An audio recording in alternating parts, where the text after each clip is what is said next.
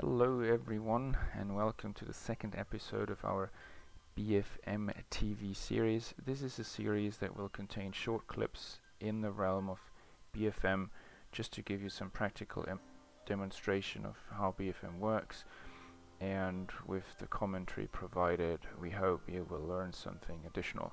More in-depth description, explanations and examples on the whole topic of air combat, whether it be dogfighting or fighting with a wingman, please be referred to our JG7 Classroom series. So for this clip today, which was provided to me by Momo, whose perspective we are also seeing here, we have two FW-190 D-9 flown by Momo and Eagle during a training session, and this is a 1 versus 1 fight that I was asked to comment. So let's get started.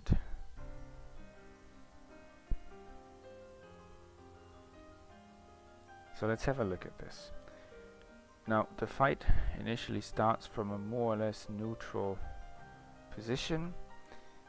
I don't know if you could see this, but Eagle is coming in from, not from here, but from somewhere down here toward Momo. I'll forward the clip in a bit more so you see it more clearly. But initially started out from a neutral position. The fact that Eagle is aware of Momo before Momo is aware of Eagle at this point allowed Eagle to perform a so-called lead turn. A lead turn simply means, if we are looking at Momo's trajectory, which is probably somewhat like this currently, and Eagle's trajectory is somewhat like this, you can see that he started to turn early into Momo, which will allow him to come around the circle before Momo does, because Momo has not maneuvered yet. So if he starts maneuvering now, he's lost that ground along the circle, and we will see that this is exactly the case as we progress with the clip. 1 second. Momo notices Eagle now immediately, and he takes immediate defensive action.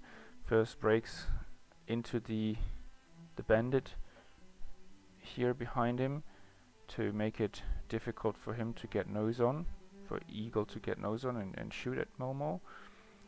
As you can see, Eagle's nose is currently pointing this way, away from Momo, so this is good, he can't shoot. And Momo's primary goal now obviously will be to keep Eagle's nose away from him so he can't bring his weapons to bear. And let's see how effectively this is happening. So he's constantly trying to get that angle. You can see, yeah, there you go, he could just jinx that one, but Eagle is getting closer now as Momo is trying to slow down. Let's get a bit closer. There he is. As you can see, Eagle is already quite close to Momo now, as he's up here, and he's clearly in a nose down attitude, so we expect him to shoot any second again. And yeah, that is why Momo certainly keeps maneuvering. At this point he got slightly hit, but it's okay, he's still in the fight, he's still fighting. He got slow, and that allowed him at least to get Eagle out in front. So Eagle did overshoot Momo at this point. As you can see, he is down here, and he does have a flight path roughly represented by this arrow. If we were to draw out his 9 free line, we are somewhere over here, and Momo is clearly behind that, somewhere down here, which means that from a positional point of view, Momo is certainly offensive on Eagle now, or in an advantage compared to Eagle. However, Eagle does have an energy advantage, and we will see how this plays out as we progress with this clip. And this energy advantage allows Eagle to keep dictating the fight, and what he does correctly here, which is why Momo is struggling to get any sort of solution on Eagle in terms of a gun solution. He's up here and he's stays, you can see he literally stays above Momo's nose, he stays above Momo's flight path, who is down here, and there's no way he can get up there without losing any further energy, and this is exactly the right thing to do. As Eagle knows he's got the energy over Momo, he can simply continue in this two-circle fight, and because he's closer to his best rate turn speed, sustainable turn speed, he would eventually reverse tables on Momo again if they continue like this, and we see that this is, or will see that this is what's actually happening. You can see Momo is very slow, just under 200 kph, which is really slow for the D9. And you can see his plane doesn't like it, it's struggling, it's stalling, so he's building up speed, which is the right thing to do by going downhill a little bit, and there's the head-on pass. This head-on pass occurred because Eagle allowed Momo to separate, or, you know, because of his maneuvering there was a bit of separation going on, and it allowed Momo to get guns on during this head-on pass, and we shall see one or two more of these.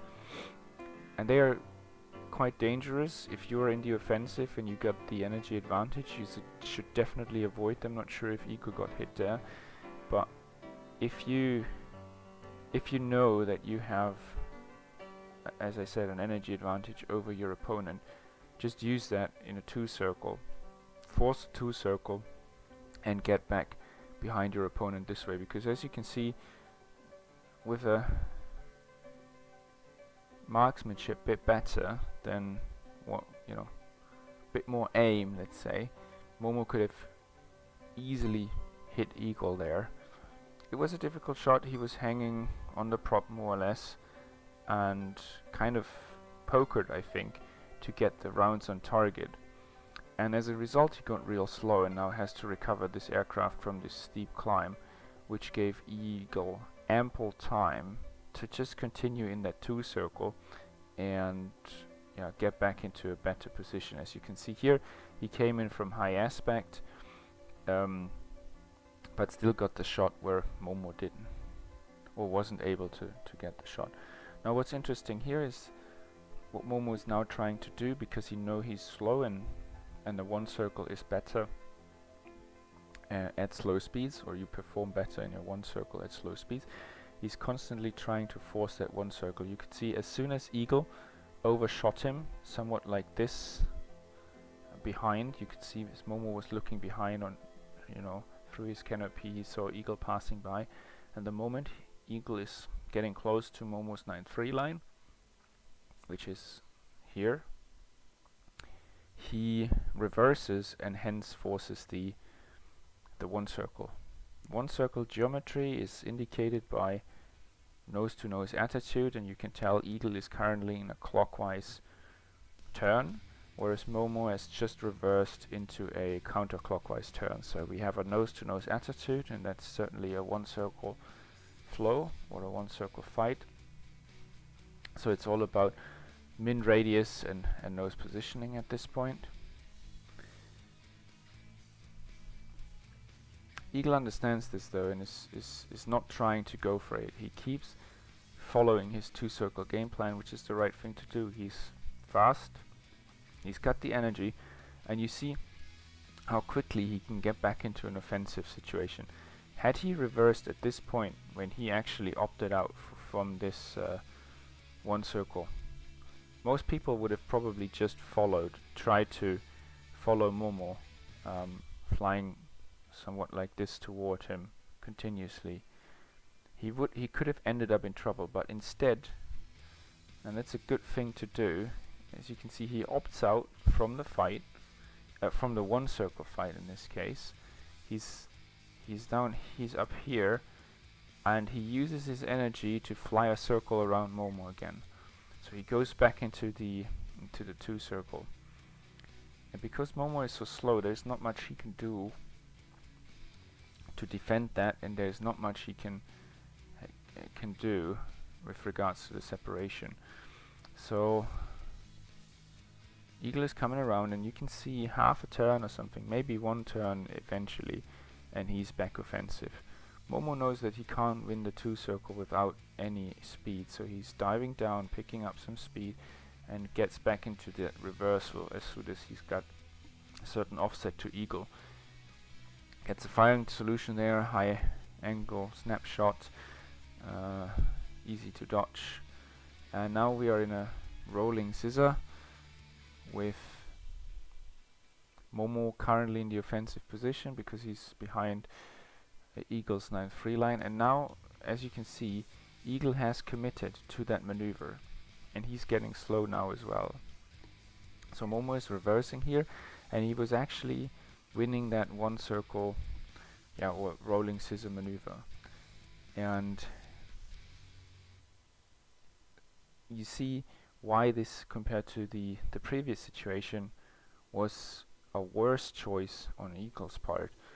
Staying committed meant in this case that he's currently losing that fight, and just as luck would have it, and you can see here, there you go, Momo gets shots, but unfortunately doesn't hit Eagle. But now there's no option for Eagle really to go back into the 2 circle, and Momo can just continue in this maneuver as he's slightly offensive anyway. And you can see both pilots have a good lift vector placement, trying to place their lift vectors towards the opponent, which in this case is good. Back into the 2 circle.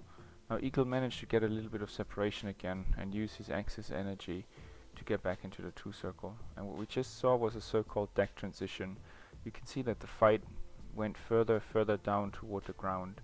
And at some point, obviously, you need to worry about the ground because you don't want to crash. And what we saw here is that Eagle went into this deck transition by going into the 2 circle before Momo did, and set himself up accordingly. As Momo was rather slow, and there's not much he can do now because there's no more vertical turning room available to, downwards at least. He has to follow Eagle in his 2 circle, but as he was kind of slow there, he ran into the risk of hitting the ground there, which is why he had to open up that turn for a split second to avoid crashing, and he almost did.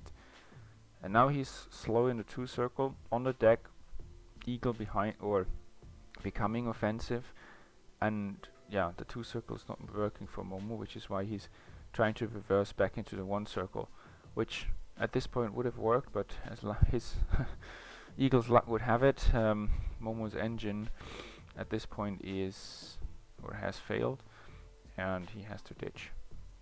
But that was a good demonstration, in my opinion, of how fights transition from 1 circle into 2 circle from different maneuvering flows, and how attacker and defender switch roles dynamically in a fight. And you could see small mistakes there on either side would cause the opponent to become offensive or get an opportunity for a shot.